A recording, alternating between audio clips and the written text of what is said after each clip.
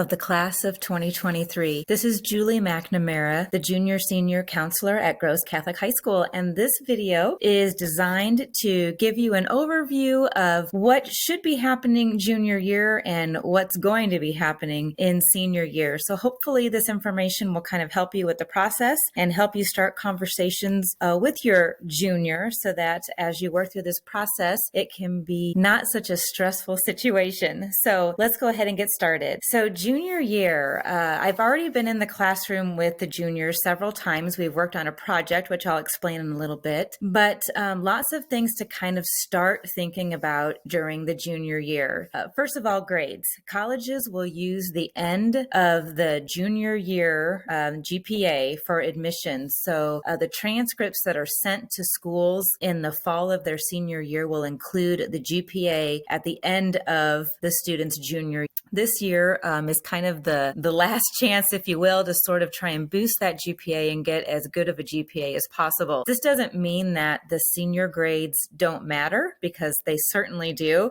You wouldn't want a student to earn a scholarship and then maybe lose that scholarship because the school sees that final transcript at the end of senior year, and then they decide maybe that scholarship was maybe not such a good idea for that student. You know, we encourage strong grades from freshman year all the way through senior year, but just so you understand, for application process, the GPA at the end of junior year is what those colleges will be seeing and kind of using for admission and initial scholarship consideration. I've already been talking to the kids about researching colleges and to kind of begin that list of schools that they're interested in and start looking at the requirements to make sure that they're taking the right number of math classes or science classes, etc. Some schools do vary a little bit. Students are certainly encouraged to come visit with me if they have questions, but now is the time to start researching schools. I do encourage that juniors maybe take the ACT or SAT at least once by the end of their spring semester of their junior year. There is a whole document of ACT information in their Google Classroom, so I encourage you to ask your student to log into that classroom and show you that document. There are test dates and then some tips and ideas and things to think about with regard to the ACT test. I've talked with the students about planning campus visits starting anytime now, from now through the fall of their senior year, and of course, including the fall of their senior year. But it's nice to try and get those campus visits done before they come into the building as a senior. As we hit the ground running in senior year, they'll find that we'll be asking the students to apply to colleges probably, end of September, certainly into October. They'll be asked to start those applications. So getting those campus visits done now to help kind of give them an idea of where they'd like to apply is a really great idea. And there is lots of information also in the Google Classroom regard to campus visits. Some questions you can ask on a campus visit, a worksheet that you could fill out after the college visit, and just some basic information on how to set those visits up, what to take, what to do. All of that, again, is in the Google Classroom. So ask your student to log in and show you the Google Classroom information. College fairs, those have been not as prevalent as they had been prior to COVID. I'm wondering, and I don't have any information yet, if we'll be having a spring college fair at UNO. Several college reps in one day, in one sitting. So if those are available, that information will be pushed out to you through Parent Pause and also will be put out the Google Classroom. And now is also a good time to start researching for scholarships. I'll talk a little bit more about that a little bit later in this presentation. The bottom line really is to kind of start now with these conversations and start planning college visits and planning when to take that ACT. So again, it's a little bit of information about the ACT, the upcoming ACT test dates. There is one here in December. Students should already be signed up for that test if they're going to take it. The February 12th, April 2nd, June 11th, and July 6th are upcoming tests that juniors could certainly take. I do find that most juniors tend to sign up for the April test. It's a good one for them, given that they're mostly through their junior year courses, especially their math course, which can tend to be helpful on the ACT. We've already kind of mentioned researching schools of interest. It might be a nice idea to see what tests they prefer. In general, I typically recommend students take the ACT unless they are looking at schools on the East Coast or West Coast. That's where we tend to kind of see sometimes schools wanting an SAT score, but most schools will take either or. Some schools are particular, but most will take either either or. On average, we see students take the ACT about 3 times. ACT will report that statistically the second test is their best test, but we don't always see that. But that's just information from ACT. We encourage students to use the free reporting. ACT does give you 4 free schools to send your ACT to. I recommend using those 4 free schools on every single test. Sometimes students want to wait and not send their first score because they think it might, not be their best score. But keep in mind that schools will always update a student's application should a better ACT score come through. So I typically just recommend sending every test because it does cost an additional, I want to say it's $16 to send an ACT score. So it saves you a little bit of money just to go ahead and use the free reporting right off the bat. Senior year, the December ACT is typically the last test that schools will use for scholarship consideration, although UNO will take the February test, and I've heard some other schools are indicating they will take the February test. Again, there is more ACT information in the Google Classroom. One other thing to say about ACT, I know since COVID, things have changed a bit for ACT. There are a lot of schools who do not require the ACT for admission into their schools. However, a lot of schools are still using the ACT for scholarship consideration. The schools will say that even if they are a test optional school, meaning you don't have to report the ACT, they will say that if your ACT would enhance your application, that they recommend that you go ahead and submit that. So your student is a good test taker. That could bode well for them if they wanted to submit that score even to a test optional school. It could enhance their application and look good for them. It's interesting, ladies and gentlemen, I recommend that students take a minute and research the schools they're looking at to find out how, in fact, they are using the ACT for admission and or scholarships. One thing that ACT has started doing is super scoring, and there's an example here of super scoring on the screen for you.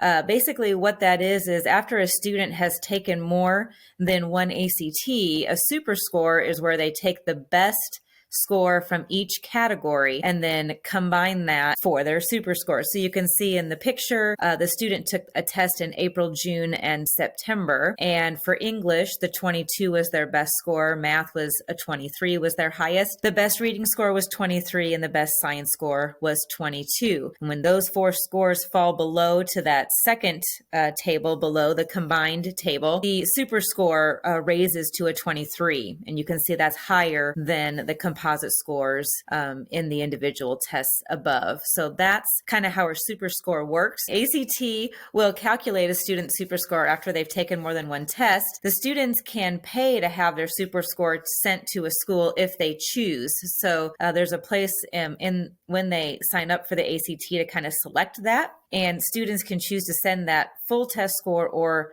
the super score. So they have an option to kind of decide what it is they want to send to a school. All right, so some things to think about when choosing a school, and we've discussed some of this in the classroom, thinking about how big of a school the student wants to attend, large or a small student population, how big of a city or town do they want to be in? Some colleges are located in very much a smaller college town, and other schools are in a larger city. What sorts of things do they want to surround campus? Maybe considering how far from home are they comfortable being for school? How easy is it for them to come home and visit, and how important is that to your student? Obviously, academics are important.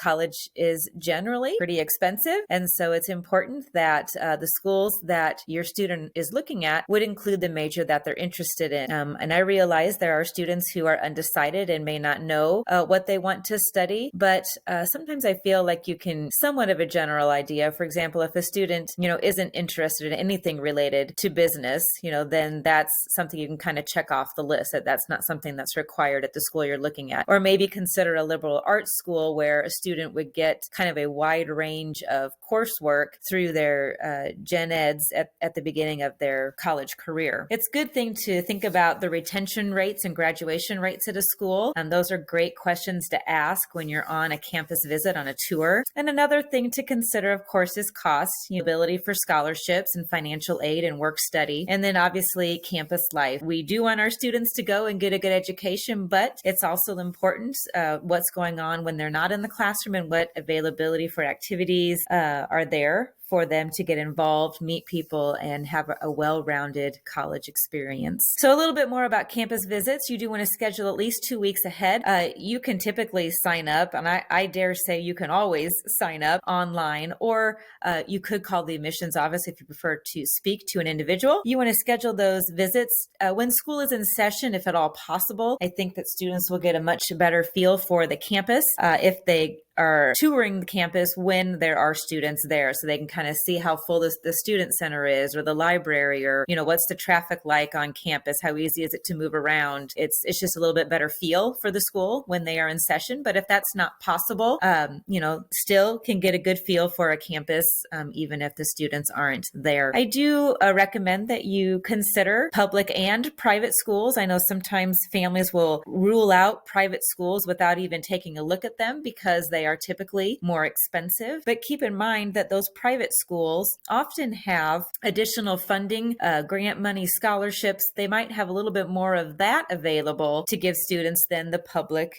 colleges and universities. So I would not necessarily run away from the idea of a private school. That might be a really great fit for your student. They'll work really hard to make the school affordable. I think it's important to ask your student if they can picture themselves on that campus and really think about how they feel they would fit in. And as I said before, there is a worksheet in the Google Classroom that you could use after a visit to sort of make some notes and comments about things that you experienced on your college visit. I mentioned to the students that after you go to a couple schools, they can tend to start to run together, and you might forget some things that you saw or heard, or different things that you felt when you were on a campus after you've gone to a few different ones. Okay, a little bit about Education Quest. I did introduce this organization to the juniors when we did our project. Education Quest offers free consultation appointments for any and all families. They have both English and Spanish speaking consultants working at Education Quest, and they are a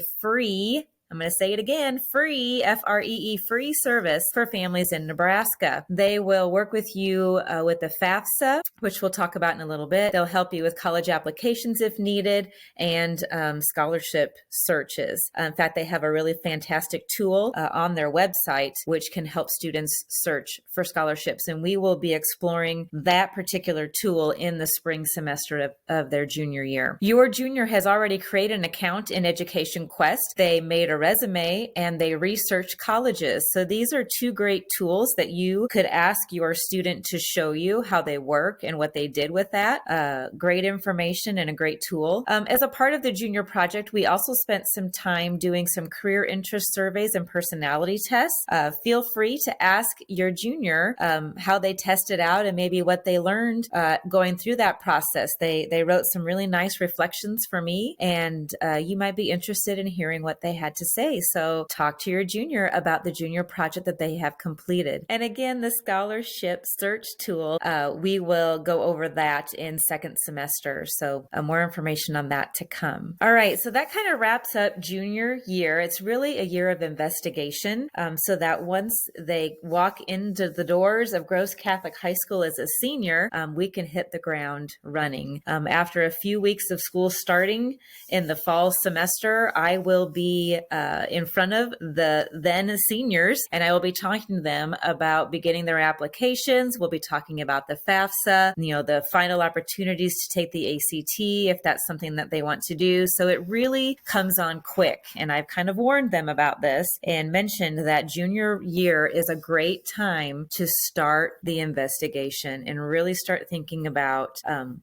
what school might be a good fit, start browsing scholarships and things of that nature. So when we start senior year, we'll encourage them to retake the ACT or SAT if that's something they want to do. We'll begin narrowing that college selection. We'll start talking about requesting letters of recommendation for scholarships. We will complete college applications as mentioned earlier, and we'll certainly be pushing for students to apply for scholarships that have fall deadlines. Again, if we do have these college fairs in person, I do highly recommend attending. Since COVID hit, these fairs have been virtual, which I will continue to share information about those, which you can certainly, and I recommend visiting with college reps, whether it's virtual or in person. We have had a Catholic college fair at Gross in the past, but this particular September and previous September, those were canceled and we were unable to have those due to COVID. Hopefully next September we'll be able to have it. Education Quest will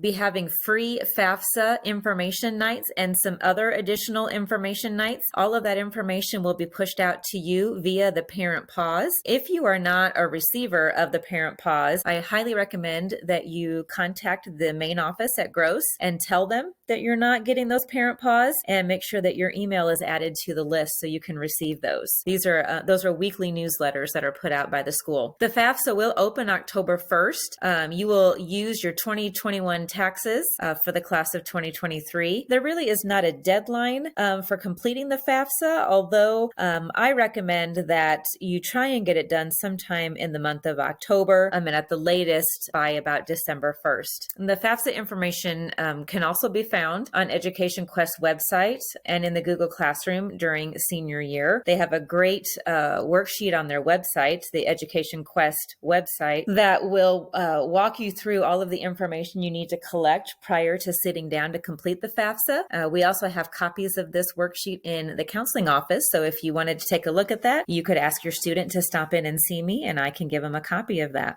So a little bit more about this FAFSA, if you're not familiar with it. The FAFSA is a free application for federal student aid. So it's a way to potentially get some grant money through the government or to become eligible for federal loans through the government. Why should you complete the FAFSA? Well, first of all, it's free. It's fast, and your student could qualify for additional scholarships or aid of which you may be unaware of, things including work study or additional grant or scholarship opportunities through the schools that you're applying to. Just because the government doesn't want to give you grant money doesn't mean that a school might feel differently. So the FAFSA could provide some additional funding from the schools that you may be unaware of. I do believe that all students should complete the FAFSA. I don't believe there are any negative sides of that, but open a conversation if you'd like to give me a call. Is there a deadline to complete the FAFSA? No, I mentioned that earlier, but the sooner the better while the money is still available. All right, spring semester of the senior year. This is a big push for scholarships. The guidance office will always want to know of any award letters that a student receives, even if it's for a school that they do not plan on attending. We do collect all that information and we celebrate all of the scholarships that our students have earned. This is a good time to carefully weigh options before making the final choice. May 1st is the national deadline for college selection, and also in the spring semester, students will typically make their housing deposit and be working on finding their roommate or getting that dorm selected or whatever housing they're looking at. If your student is interested in playing a sport, they will be sure to register with the NCAA or the NAIA and work to get transcripts and test scores uploaded. I don't do a ton with sports in college, except to say that I am the one that uploads the transcripts, but typically the conversations between coaches, that typically happens with the high school coach visiting with the college coach. But if you have questions, feel free to give me a call and I'll try and put you in touch with the right person. Some resources available to you and your student would, of course, be the counseling department. My door is open always for students to come in and ask questions. And if I don't know the answer, I will certainly try to find it or put you in contact with someone who can help you. The Google Classroom that I created for the class of 2023 is already up and active with information, and that will continue to be a great place for resources. That is where we will post our senior newsletters, which include college information and scholarship information. Encouraging your student to check their email on a daily basis is very important. I do send information out via email. A lot of students miss things because they don't check their emails. The Parent Pause, as mentioned earlier, is a place where I'll get information out to you as parents. And Education Quest is a wonderful resource as well if you have questions or need help with the FAFSA or college applications or scholarships. All right, for applying to college, Typically, those applications are done online at the individual school websites. Completing the FAFSA, again, that begins October 1st. Students can use the Common App if this is of interest. And the Common App is a one application, a one-stop shop where they can apply to several schools at once. So it's important to check the list of schools that use the Common App prior to starting that process, because it can be a little cumbersome, but it can also be a great way, like I said, to apply to several schools. When applying to college, be prepared that a student may need to pay an application fee unless they have a fee waiver. Application fees can range anywhere from $40 to $60, $65, and students will sometimes receive waivers for those application fees in the mail or via email. I guess I just like to point out that those are legitimate waivers. That is not a scam or a ploy just to get your student to apply and they'll charge you later. That is not the case. These are real things, and if your student earns those fee waivers, highly recommend that you use those. One thing I want to mention about the Nebraska system, schools, UNO, UNL, and UNK, for the past 2 years, they've done this little surprise for students, and it's about a 2-week window where they waive their application fee for all students. This past year, it happened early October, and so that was a great time for students to apply to those 3 schools. And they also have some buttons on their application where you can apply to all 3 schools through just one application. Keep in mind that early October could be another surprise for seniors to apply for free to those 3 schools. After you have applied to college, then we wait. It's the hard part. Wait for those decision letters and award letters to come out. It can be a few days. It can be a few weeks. And we have to keep in mind that those schools are receiving hundreds of thousands of applications, and they work as fast as they can to get those decisions back to students. If a student hasn't heard from a school in a while and they're concerned, I encourage them to come talk to me, and we can always reach out to the school and kind of check on things. I do recommend students apply to as many schools as they want. I do see on average, most students apply to at least 3 schools. But again, that number can vary depending on your student's interest. And then there's this thing, early decision versus early action. We're going to take a quick peek at what that means. Early decision, if you kind of scan down to where it says cons, I just want to point out that an early decision application means if you're accepted, that is a binding acceptance, which means that you have to withdraw all other applications from other schools. So if you apply with an early decision application, you are saying that, this is the school I want. If you accept me, I'm coming, and I will not look at any other schools. Early action is a little bit different. This is not a binding application. Early action just means that you're applying early. You may get some perks. You might get some school swag, or maybe have an opportunity to get into the housing information before some other students. Doesn't mean that you have to attend that school, but again, could get you some perks. And then of course, regular decision. Typically what I see most students do, I either see regular decision or early action, just because those two, you can change your mind. Nothing holding you to a decision for either of those. All right, so we mentioned earlier a little bit about the ACT and the fact that that's changed and that some schools aren't using that test score for admission purposes. I wanted to point out, this is information I've received from different college reps and what exactly they're looking for in application. The things on this list are in order, in a very specific order, most important at the top to least important in the bottom. I guess I hate to say least important, they're all important, but what I want you to notice is that the test scores are below the grades and the rigor of classes that your student will have on their transcript. The grades are more important than the test scores, and the rigor of classes more important than test scores. The other things that they are looking at are the activities and the leadership opportunities that your student has taken advantage of. Talents are a great thing to talk about in a personal essay. Rank, look how low that is on the list. And then the essay and recommendation and the interview, those things are a little bit lower on the list. So just kind of wanted to point out, again, all of these things are important. important. Some of them weigh a little more heavily than others when it comes to admission into a school. Now, when we start talking about scholarships, different story. That's when your essays and your recommendations become much more important. But for admission into school, grades and rigor of classes along with activities and leadership opportunities are way up there at the top of the list. All right, folks, this brings me to the end of this kind of long presentation. If you've hung with me all the way through, thank you. I hope it has been informative and helpful. So just a little reminder, this road can be difficult at times. There's much work to be done. There's no doubt about that. You may meet some resistance in your student, and I encourage you to follow that up with encouragement. You will likely encounter some stressful situations, and I encourage you to meet that with love and patience. Every day, help your child to see the potential that you see in them, and without fail, pray every day.